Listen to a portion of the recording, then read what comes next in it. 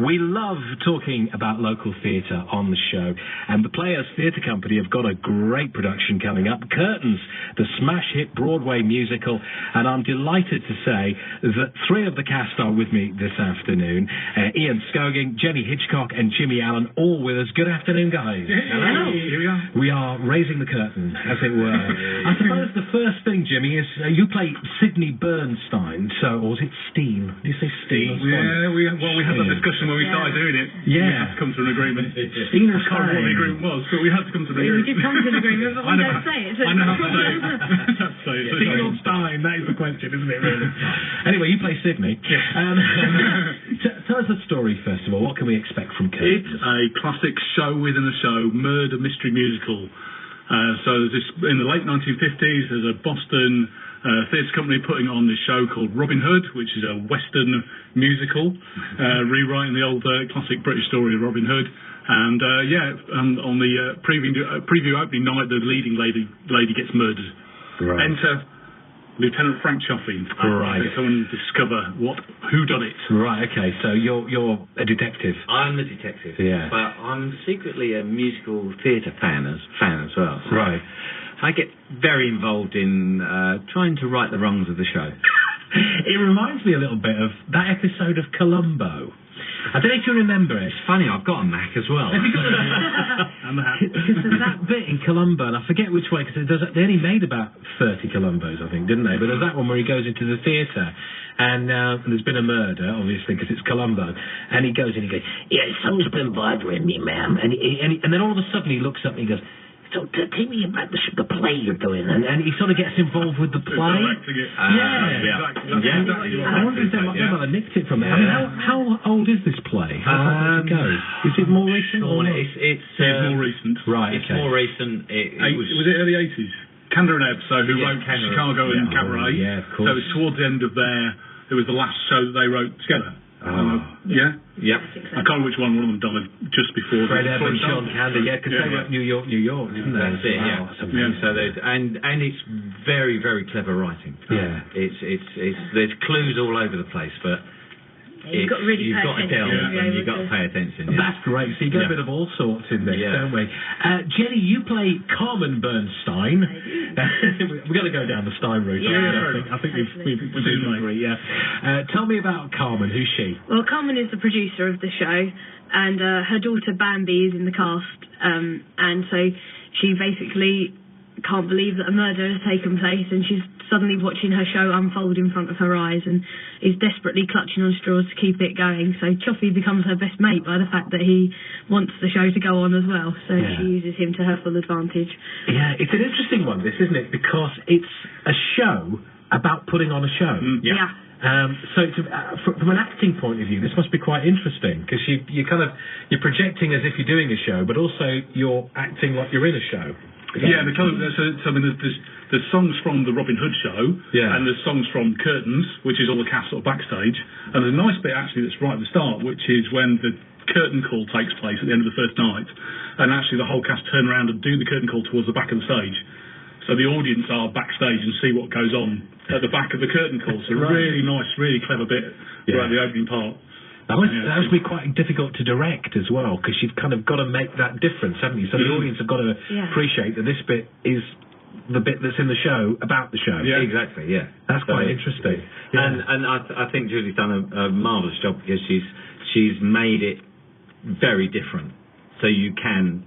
It's really over the top. Yeah, really over the top, really sort of cheesy. Yeah. The actual show that's in the show.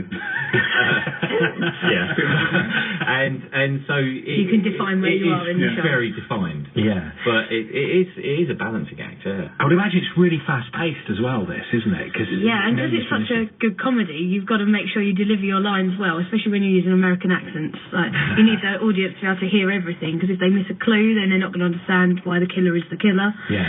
And so everything's got to be delivered right on cue to get the comedy aspect into it. Yeah, so American accents, now this is always a difficult one, isn't it?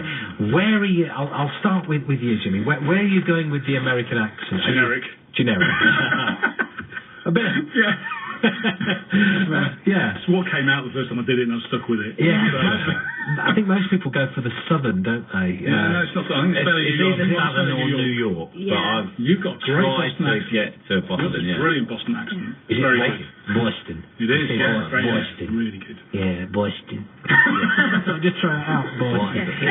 Yeah, I always think, when Anthony Hopkins played Hannibal Lecter, when you see English guys doing American accents, they invariably go down south, don't they? Yeah. Like he did, What do you say, Clarice? I have Tell me, Clarice. Where's your cheap shoes? Because that's the I mean, again, as you say quite rightly, Jen, when you're out there on the stage, and when you're doing an accent, you've also got to be able to be authentic, but also you've got to lead the audience to know where they go. You're a narrator too, aren't you? Yeah, you are. You don't want to give too much away, because obviously part of the fun for the audience is to be able to guess who the murderer is, so if you make it too obvious.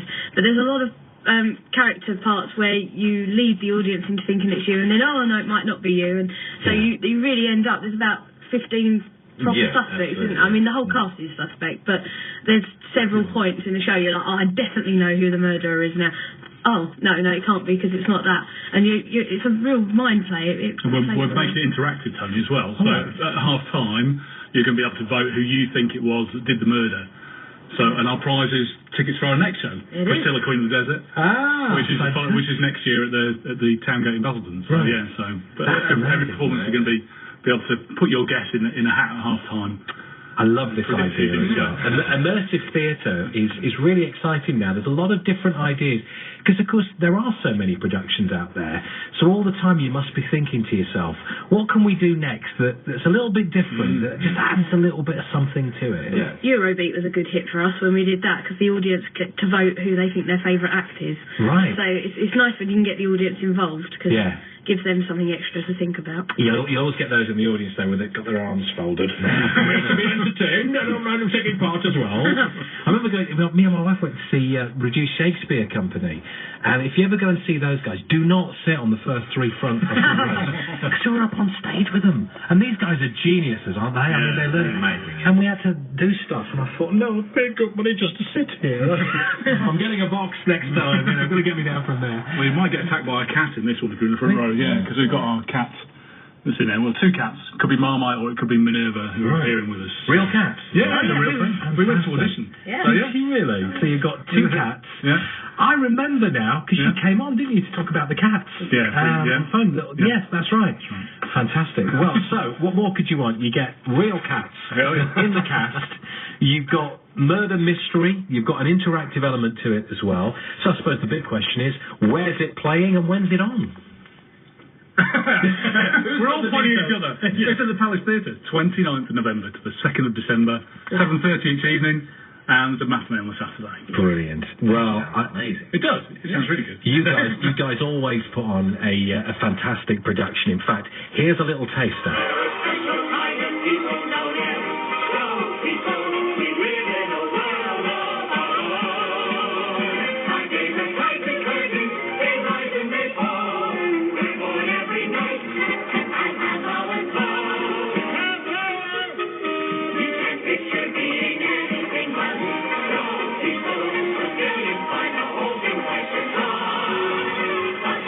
I recorded that off my very own transistor radio, by the way. Very, very authentic, that one.